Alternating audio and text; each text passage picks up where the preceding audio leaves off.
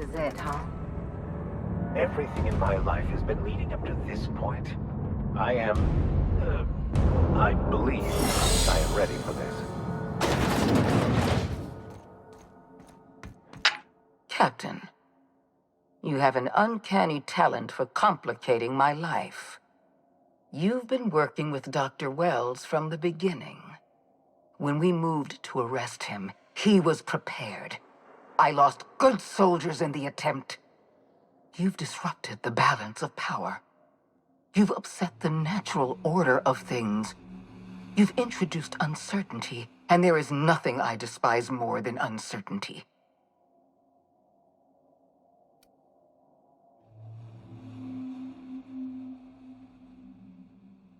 Do you imagine you're leading some grand revolutionary army?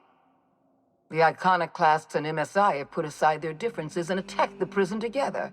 I never imagined such a thing would be possible. But here we are. You're nothing but a rabble-rouser. I'm going to put an end to your little rebellion, and then I'm going to have you and your associates arrested.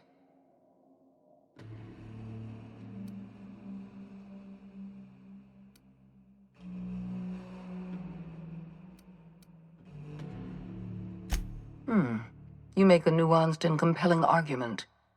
Here's my rebuttal. No. Dr. Wells is being held in my custody. His cooperation will prove invaluable, even if I have to beat it out of him. All that's left to do is put down this riot, arrest you, and then get on with the bloody business of saving this colony.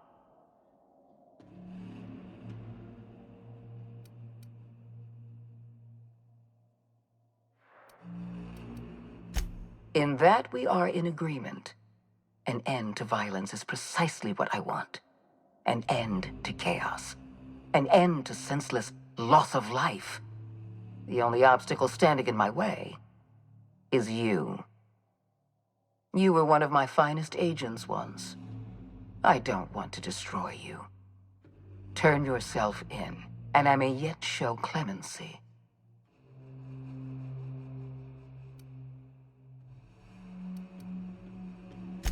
I don't, you perfidious turncoat. You know... Never mind. Now I regret saying anything at all.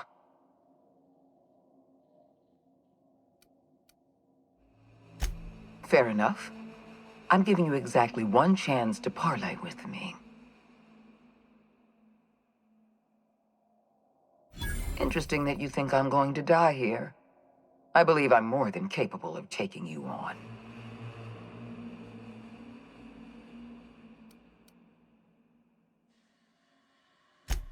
Fair point. I don't know how you've managed to defy the odds. By every reasonable estimate, you should be dead. Yet here you stand. I've devoted my entire life to protecting Halcyon. I'm not afraid to die in the line of duty. There isn't much of a board left, thanks to you. You've thrown this system into disarray. Cleaning up your mess will be the work of a lifetime. You were always an unknown variable. I tried to recruit you, but you threw your lot in with that madman, Phineas Wells.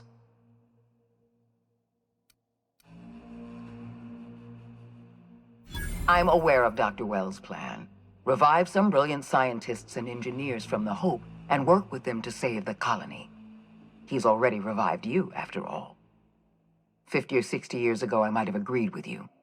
But we've passed the point of no return. The best scientists in Halcyon can't save us now.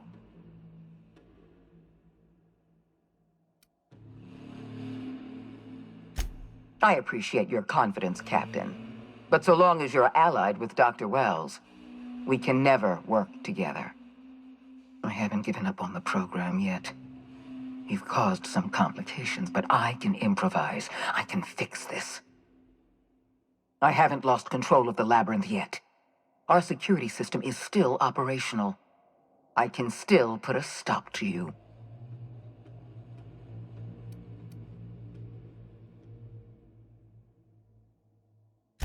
Yes, I'm quite aware of your brazen act of corporate vandalism. By the way, those test subjects you killed, They died in agony. My scientists assure me they can recover the data you've destroyed. You've succeeded in temporarily delaying our research. Nothing more.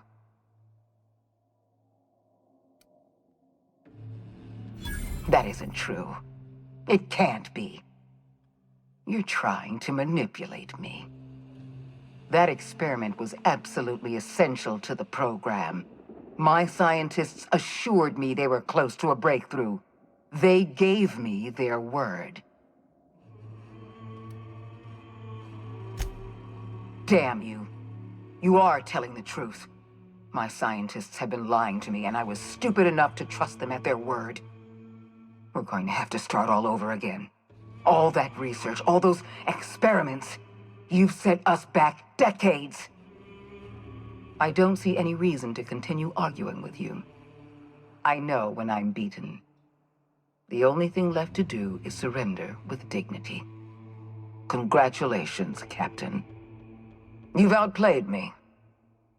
I accept your terms and will return Dr. Wells to your care.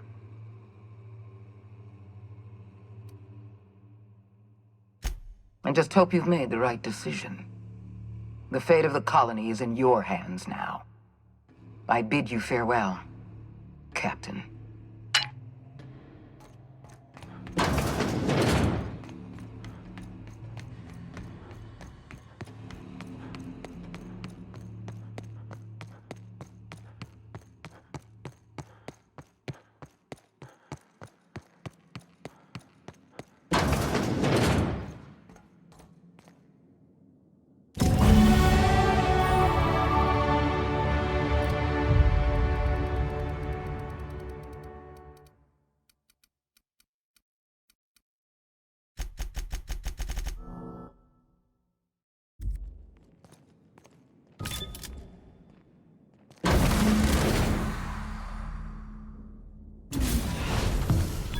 You don't know how glad I am to see you. You must have said something to get under Akande's skin. She's gone, and I don't think she's coming back. And you lunatic, you broke into the board's own fortress just to rescue one doddering old man. You are absolutely out of your mind, and I can't begin to thank you enough.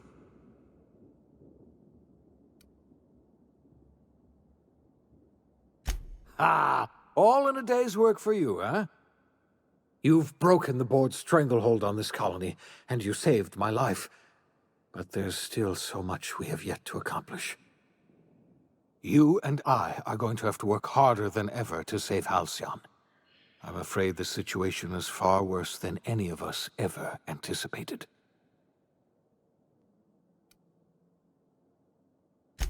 I would like nothing more than to celebrate this victory, but we have a serious problem on our hands. Earth has gone dark. We haven't received a single message in 3 years. There's been no communication, no signals, nothing. 2 years ago, the Earth's Directorate's frigate disappeared on their way back to Earth. We don't know what they discovered when they arrived, or if they arrived at all. They haven't exactly been hands-on around here anyway. So there's one less rubber stamp to worry about. Earth is humanity's home planet, Miss Fenhill. The psychological effects of losing our original home will be devastating. Earth is only an idea to us. But that idea is the bedrock the colony is built upon. If people were to find out it's gone dark, the shock could be too much to bear. I don't want to imagine what'll happen once news gets out. Let's just keep this between us for now. We're in serious trouble, my friend. Do you know what this means for Halcyon? We can't rely on Earth for support anymore. We've been cut loose. We're entirely on our own. Yes, we do. You've done a marvelous thing. You've succeeded where anyone else would have failed, including me. We must begin the revival process immediately, starting with the Hope's brightest minds, and then we're going to fix this damn colony, one problem at a time. We're going to need a leader, and I can't imagine a better person for the job than you. What do you say, old friend? Will you help us?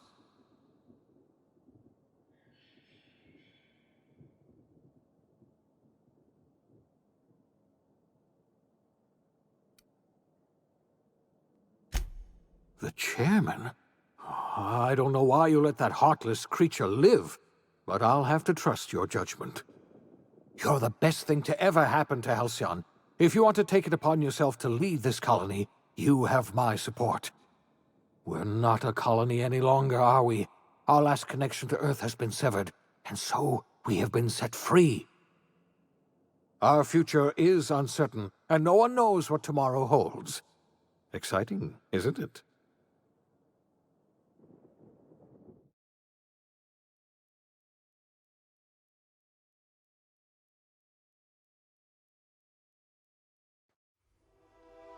The OSI teaches that everything in the universe happens according to the grand plan. But the stranger that arrived in Halcyon was an unplanned variable. From the moment he landed in Emerald Vale, his actions altered the course of history. The events on Tartarus brought about the end of the board's authority.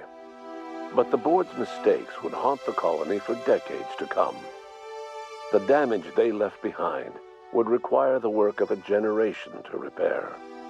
Dr. Phineas Wells began reviving a handful of the Hope's colonists: engineers, scientists, technicians, and intellectuals. They were among the brightest minds the Earth had ever sent out into the stars. The Hope scientists and engineers woke up in a colony descending headlong into total collapse. With no way to return to Earth, they had no choice but to band together and devote themselves to the cause of saving Halcyon. The people of Halcyon were nothing if not hardy.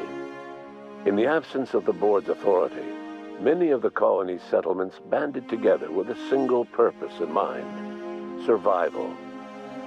Life was especially hard in the years to come.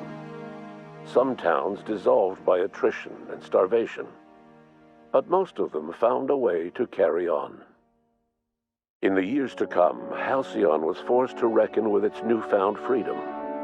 The board was gone, and for better or worse, the colony was responsible for its own destiny. Between MSI's worker-centric policies and the iconoclast's manpower, Sanjar and Zora were able to rally many of the Terra 2 townships to their cause. MSI's workforce swelled, and the iconoclasts enjoyed a significant surge in their ranks. The board was too distracted by infighting and internal politics to stop MSI from becoming a powerful corporation and a refuge for townships that might have fallen through the cracks. Adelaide McDevitt replaced Reed Thompson as the leader of Edgewater. She and her followers transformed Edgewater in their image. Anyone loyal to Reed was pressured into leaving town, and those who stayed behind adapted to her way of life. Adelaide transformed the old cannery into a new garden. The nearby Edgewater Cemetery provided a convenient source of fertilizer. Under the leadership of Junlei Tennyson, the Groundbreaker held firm against corporate influence. The ship's mechanical stability gave Junlei the time to educate a promising generation of engineers schooled in her family's traditions. The future of the Groundbreaker looks promising. The rediscovery of the Hope and the abandonment of the lifetime employment program forced Byzantium to come to terms with some uncomfortable realities about the state of Halcyon. While Byzantines were reluctant to surrender the luxuries they'd grown accustomed to, the board's diminished authority gave them little choice in the matter. Nearly everyone had to learn to make do with less. Some even had to get jobs. It was a dark time indeed. Your influence shifted Ellie's perspective.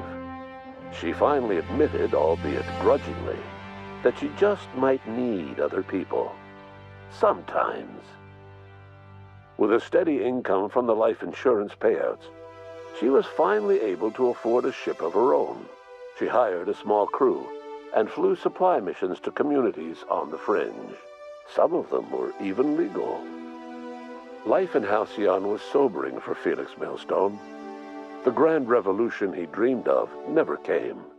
There was no great awakening for the colony, no celebrations in the streets. There was only the hard, desperate work of trying to repair a broken colony. Felix never had a head for numbers. But if there was labor to be done, he was there to help.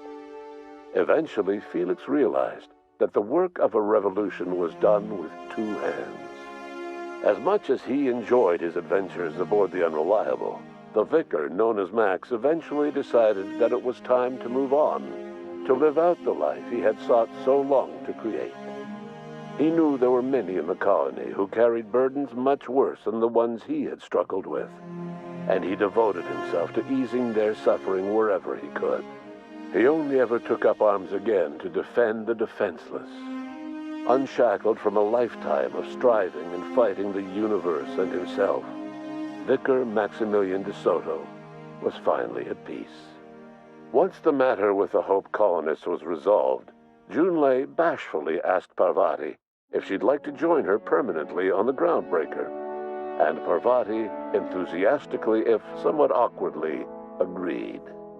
The stories of her adventures spread across the colony, and Parvati soon found herself the center of attention. Having served as the engineer of a renowned spacecraft, tramp freighters and wildcat miners sought her out by name, and in no time, she was a fixture in the Groundbreaker's mechanical ecosystem. She and Junlei were never far apart. Nyoka returned to Monarch to take another crack at making a permanent life for herself. She formed the Charon Group, a mercenary outfit of ragtag survivalists and wilderness experts. Anyone in need of a guide, or just looking to throw back a beer and swap stories, could find her camping on the trail or clearing an infestation. The SAM unit that accompanied you spread awareness of the product line's superior sanitation and maintenance capabilities across what was left of the colony. This led to a boost in SAM unit sales. Did you know that SAM units are the longest-lasting, toughest-acting cleaning solution in Halcyon? Minister Clark was released from house arrest, and his contact with you gave him a sense of renewed purpose and vigor. Once it became clear that no help would be coming from Earth, he threw his considerable efforts and talents into helping Halcyon manage the crisis before it. It was widely suspected that Sophia Akande was the true power behind Chairman Rockwell. However, after the riots on Tartarus, she was never again seen in the colony. Various theories circulated as to her fate. Some believed she boarded an interstellar ship capable of journeying to a distant colony. Others believe she died trying to escape Tartarus. Some few suggest she fled to Monarch, where she continued to live among a small band of loyalists. There is another theory, which suggests that Sophia's encounter with you changed her, and she deliberately retreated from public view, but continued supporting the colony in secret. When Dr. Wells began reviving the Hope's colonists, he found himself with a sudden windfall of additional supplies and resources, courtesy of an anonymous donor. If Wells knew who his supplier was, he never told a soul. As for Dr. Phineas Wells, he spent his remaining years in his orbital lab. He eventually came to terms with his own past and was able to forgive the mistakes of his younger self by devoting his remaining years to serving the colony. Dr. Wells was able to revive many more scientists and engineers than he first expected, thanks to the additional batch of chemicals you stole from the Ministry. Wells never forgot about the human lives that were lost in acquiring these chemicals. In the end, Dr. Wells was able to save every scientist and engineer aboard the Hope. Over the next decade, nearly all of the Hope's remaining colonists were successfully revived. Halcyon saw a period of rapid technological and scientific advancement. Breakthroughs in dietary supplements saved the colony from starvation. Geoengineering projects and social reforms began to change the structure and character of the colony. Dr. Wells laid the groundwork for the project to save the colony, but he would never live to see the fruits of his labor. He passed away a few years later. His work was carried on by the scientists and engineers he revived. Today, Halcyon has stabilized. The people of the colony work hard to adapt to their new circumstances. Nearby colonies send aid and supplies. Life will never be easy in Halcyon, but for the first time in its history, there exists a sense of real, genuine hope about the future. And what about you, the unplanned variable in the history of Halcyon? You brought an end to the riot on Tartarus and partnered with Chairman Rockwell to run the colony together. As Halcyon looked toward the future, you remained a constant presence in the colony's administration. You were never weighed down by bureaucracy, and you never had to dirty your hands with politics. You had people who did that for you. By your influence, Halcyon survived the turbulent years that were to follow. No one knows what's happened to Earth, and no one knows what the future has in store for Halcyon. All we know for certain is this: the name of the Unreliable and that of its intrepid captain will remain the subject of countless stories for years to come.